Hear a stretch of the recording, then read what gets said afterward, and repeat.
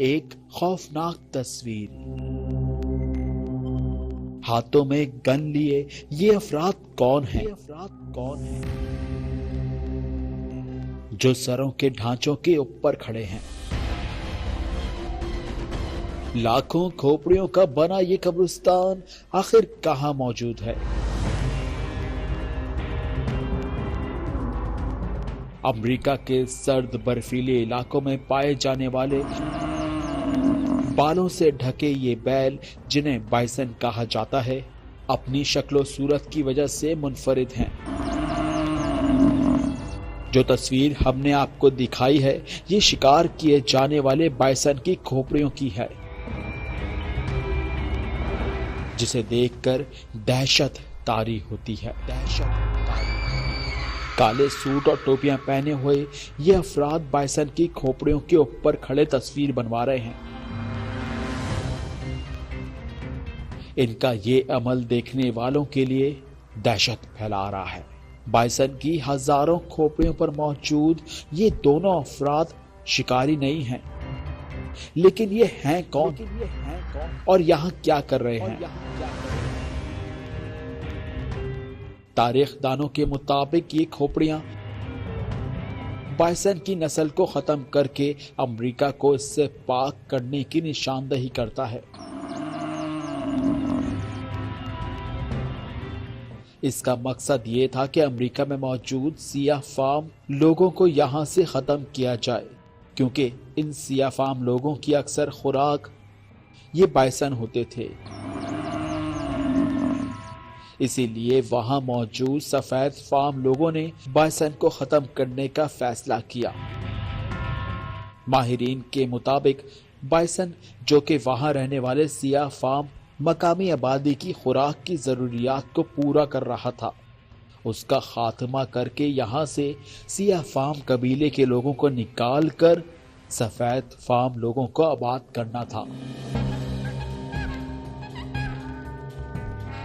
تاریخ پر گہری نظر رکھنے والوں کا ماننا ہے کہ بائسن کا اس قدر قتل کیا جانا یہاں کے مقامی سیاہ فام لوگوں کی خوراک کے حصول کو ختم کیا جانا تھا۔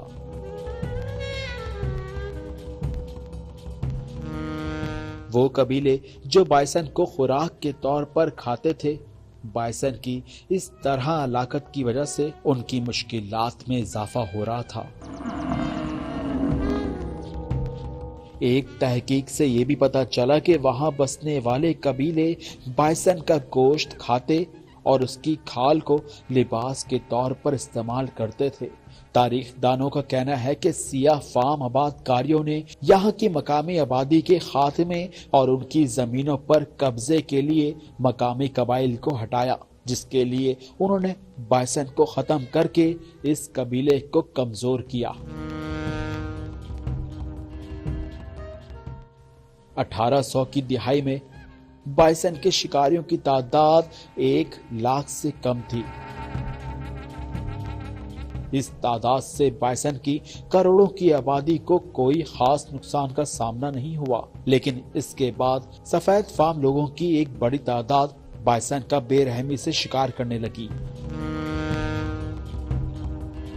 اور اگلے 90 سال یعنی 1890 تک امریکہ میں صرف 456 نسل کے بائسن ہی بچے تھے، جن میں سے 256 یلو اسٹون نیشنل پارک اور باقی دیگر پناہ گاہوں میں محفوظ تھے۔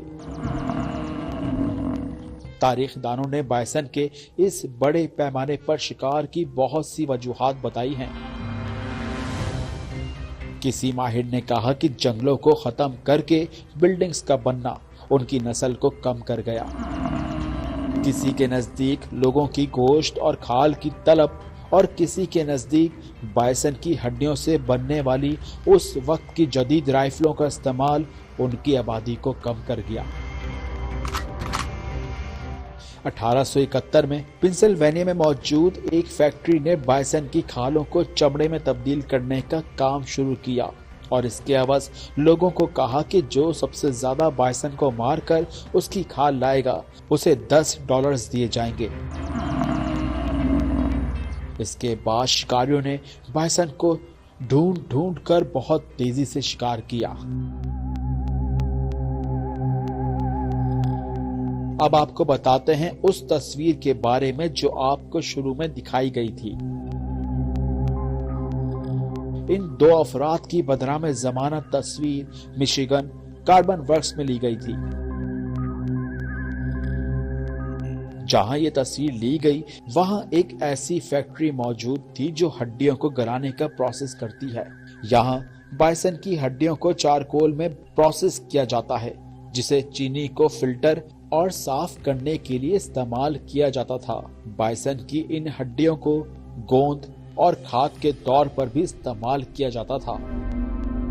تاریخی اوراق کھولیں تو معلوم ہوتا ہے کہ بائسن کو مارنا اس وقت کی حکومت کی رضامندی کے بغیر ممکن نہیں تھا۔ تاریخ کے مورخوں نے لکھا کہ اس وقت کی حکومت کے نزدیک بہترین طریقہ تھا کہ وہ مقامی قبائل کے ذخیرے کو تباہ کریں یا پھر انہیں دی گئی زمینوں پر قبضہ کیا جائے۔ اس وقت کے ایک حکومتی وزیر نے ایک شکاری سے کہا تھا کہ ہر بھینس کو مار ڈالو، ہر بھینس کے مرنے سے ایک مقامی مارا جائے گا۔ تاریخ کے اوراق پلٹیں تو معلوم ہوتا ہے کہ ٹیکساس سے تعلق رکھنے والے ایک بائسن کے شکاری نے اپنی کتاب میں لکھا تھا کہ یہ مقامی سیاہ فام قبیلے جانتے تھے کہ کیا ہو رہا ہے، کیونکہ اس قبیلے کے سربراہ نے ایک بار یہ تسلیم کیا تھا کہ بائسن کو تباہ کرنے کا مطلب ہماری آبادی کی تباہی ہے۔